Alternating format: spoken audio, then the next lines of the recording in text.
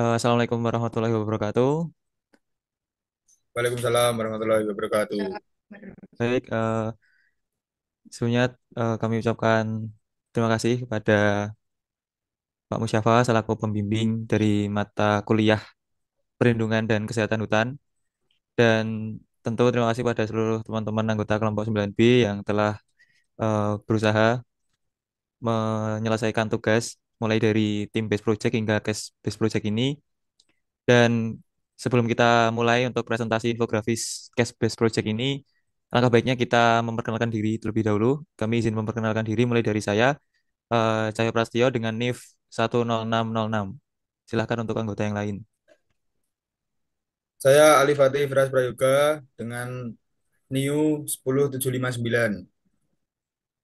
Saya Agus Wisnu Nugroho dengan NIU 10844. Saya Aulia Salsabila Cahyantari dengan nomor induk 10624. Saya Alif Agrila Hendrata dengan NIU 10917.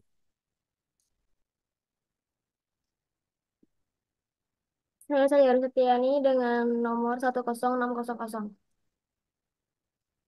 Saya Ardila Najwa dengan NIU 10819. Saya Zalia Kalista Putri dengan NIU 10807. Saya Devina Alicia dengan NIU 10671. Baik, terima kasih kepada seluruh teman-teman anggota kelompok 9B yang telah eh, memperkenalkan diri. Langsung saja, di sini sesuai dengan tugas yang diberikan, bahwa kita diberikan tugas untuk mengidentifikasi dan meresum terkait jurnal yang berisi tentang kerusakan abiotik. Nah, pada kali ini kelompok kami 9B itu mengambil kerusakan abiotik yang dilakukan oleh manusia, yakni gejala aktivitas antropogenik yang ada di hutan Cotgirek, Aceh Utara. Nah, eh, sebagai pengantar bahwa di hutan Cotgirek ini berawal dari adanya kebijakan izin konsesi HGU atau pemerintah setempat yang berwenang terkait perizinan mengizinkan PT MPT untuk mengelola hutan yang ada di hutan Cotgirek. Dan pada pelaksanaannya ternyata tidak menerapkan konsep kelestarian. Dan mungkin bisa langsung saja untuk materi-materi yang akan kami sampaikan mulai dari latar belakang hingga tawaran solusi. Silakan untuk teman-teman anggota yang lain. Yang pertama adalah latar belakang. Aktivitas antropogenik dalam kawasan ekosistem hutan Cot Girek dapat diklasifikasikan dalam dua hal. Pertama, terkait dengan aktivitas antropogenik yang berhubungan dengan kebijakan pemerintah. Yang kedua, terfokus pada pola aktivitas dan tindakan sekelompok masyarakat dalam unit-unit sosial tertentu. Perilaku merusak antropogenik yang berkorelasi erat dengan kebijakan, yaitu terkait izin konsesi lahan hak guna usaha kepada PT Bandung Payah Tarnita MPT dalam areal hutan produksi yang mencakup luas 8,015 hektar dari 9,288 hektar.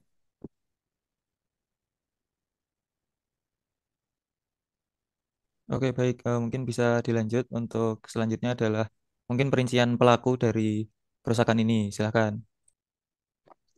Baik, selanjutnya ada pelaku dari aktivitas antropogenik tersebut, yaitu PT Bandung Paya Tamita atau MPT yang berkorelasi dengan kebijakan terkait izin konsesi lahan tersebut. Ke Kawasan itu termasuk hutan produksi ekosistem di hutan Kecamatan Cotgirek Langkah dan Tanah Jambu Aye di Kabupaten Aceh Utara, yang di mana konsensi PT MPT itu mengelilingi 4.964 hektar kawasan hutan lindung Cut Mutia. Hal tersebut dikhawatirkan akan menambah dan merusak ekosistem dalam kawasan lindung tersebut.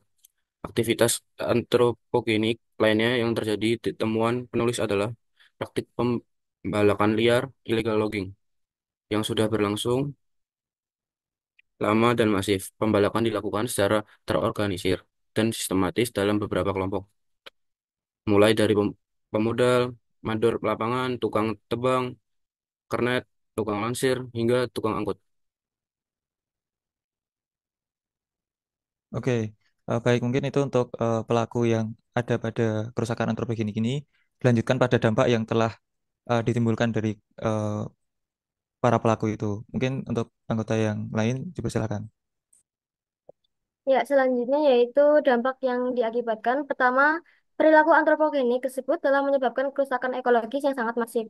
Nah, di mana hal ini bisa mengakibatkan deforestasi, serta menyusutnya tutupan hutan produksi dan hutan lindung dalam ekosistem tersebut.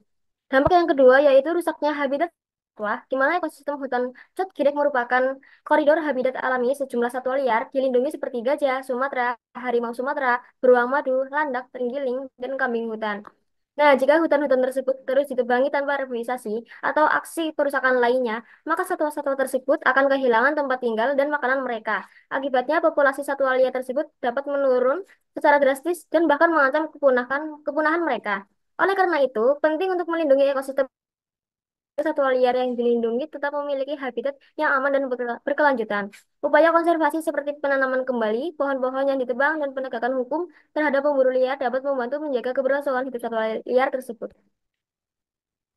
Dampak yang ketiga yaitu meningkatnya intensitas konflik antara manusia dan peladang yang menyebabkan jatuhnya korban jiwa, kerugian materi, hingga menimbulkan keresahan. Dan dampak yang keempat yaitu meningkatnya frekuensi bencana ekologis, terutama banjir yang melanda Kecamatan Cotgirek dan sejumlah wilayah lainnya di Kabupaten Aceh Utara. Selanjutnya, tawaran solusi. Memperkuat regulasi hukum dan sanksi bagi pelanggaran lingkungan serta melakukan rehabilitas merupakan langkah penting untuk menjaga keberlanjutan ekosistem hutan Girek. Beberapa upaya spesifik yang dapat dilakukan adalah peninjauan dan penguatan regulasi, yaitu memperbarui peraturan yang ada agar sesuai dengan kondisi terkini, dan memperjelas batasan serta larangan aktivitas yang merusak. Kemudian, peningkatan sanksi dan hukum. Menerapkan sanksi yang lebih berat bagi pelanggaran lingkungan, termasuk denda besar, hukuman penjara, dan pemulihan kerusakan. Terakhir, rehabilitas berbasis ekosistem, yaitu memulihkan area yang rusak dengan metode rehabilitas berbasis ekosistem yang memperkuat regulasi hukum dan sanksi bagi pelanggaran lingkungan, serta melakukan rehabilitas untuk memulihkan area yang telah terdegradasi akibat aktivitas antropogenetik. Oke, baik. Mungkin selanjutnya dari banyaknya materi yang telah kita sampaikan dan eh, mungkin bisa untuk anggota selanjutnya untuk menyimpulkan dari apa yang telah kita sampaikan sebelumnya. Silakan. Jadi, berdasarkan jurnal yang kami gunakan, dapat disimpulkan bahwa aktivitas perambahan hutan, baik secara legal, yaitu dengan izin konsensi, maupun ilegal, yaitu pembalakan liar, merupakan pola tindakan dan praktik dari aktivitas antropogenik yang sangat dipengaruhi oleh paradigma antroposentrisme. Aktivitas dan tindakan antropogenik berdampak pada ketimpangan struktur ekosistem hutan Cotgirek yang kompleks. Pada akhirnya menyebabkan degradasi lingkungan, seperti meningkatnya deforestasi, menyusutnya habitat flora dan fauna, eskalasi konflik manusia satwa liar, dan bencana ekologis seperti banjir.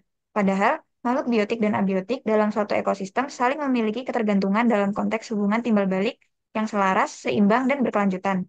Sehingga solusi yang dapat dilakukan yaitu dengan memperkuat regulasi hukum serta melakukan rehabilitasi untuk memulihkan area yang telah terdegradasi akibat aktivitas antropogenik. Oke, baik. Jadi ini yang bisa kami sampaikan dan kami presentasikan. Tadi mulai dari pengantar, latar belakang, pelaku, dampak hingga tawaran solusi. Nah, di sini kami juga memberikan tawaran solusi terkait kerusakan yang terjadi dan harapannya untuk kedepannya eh, karena beberapa berita juga mengatakan bahwa hutan Satgiri ini akan dijadikan lahan esensial untuk gajah Sumatera. Jadi harapannya ketika memang lahan ini jadi hutan esensial bagi gajah, harapannya tidak ada lagi deforestasi yang terjadi gitu. Mungkin eh, ini yang bisa kami sampaikan. Banyak salah kata dari kami, mohon maaf, dan juga mungkin ada kekurangan dalam presentasi dan juga pembuatan infografis, kami juga mohon maaf. Mungkin sekian dari kelompok kami, izin kami menutup presentasi semuanya, dan terima kasih. Wassalamualaikum warahmatullahi wabarakatuh.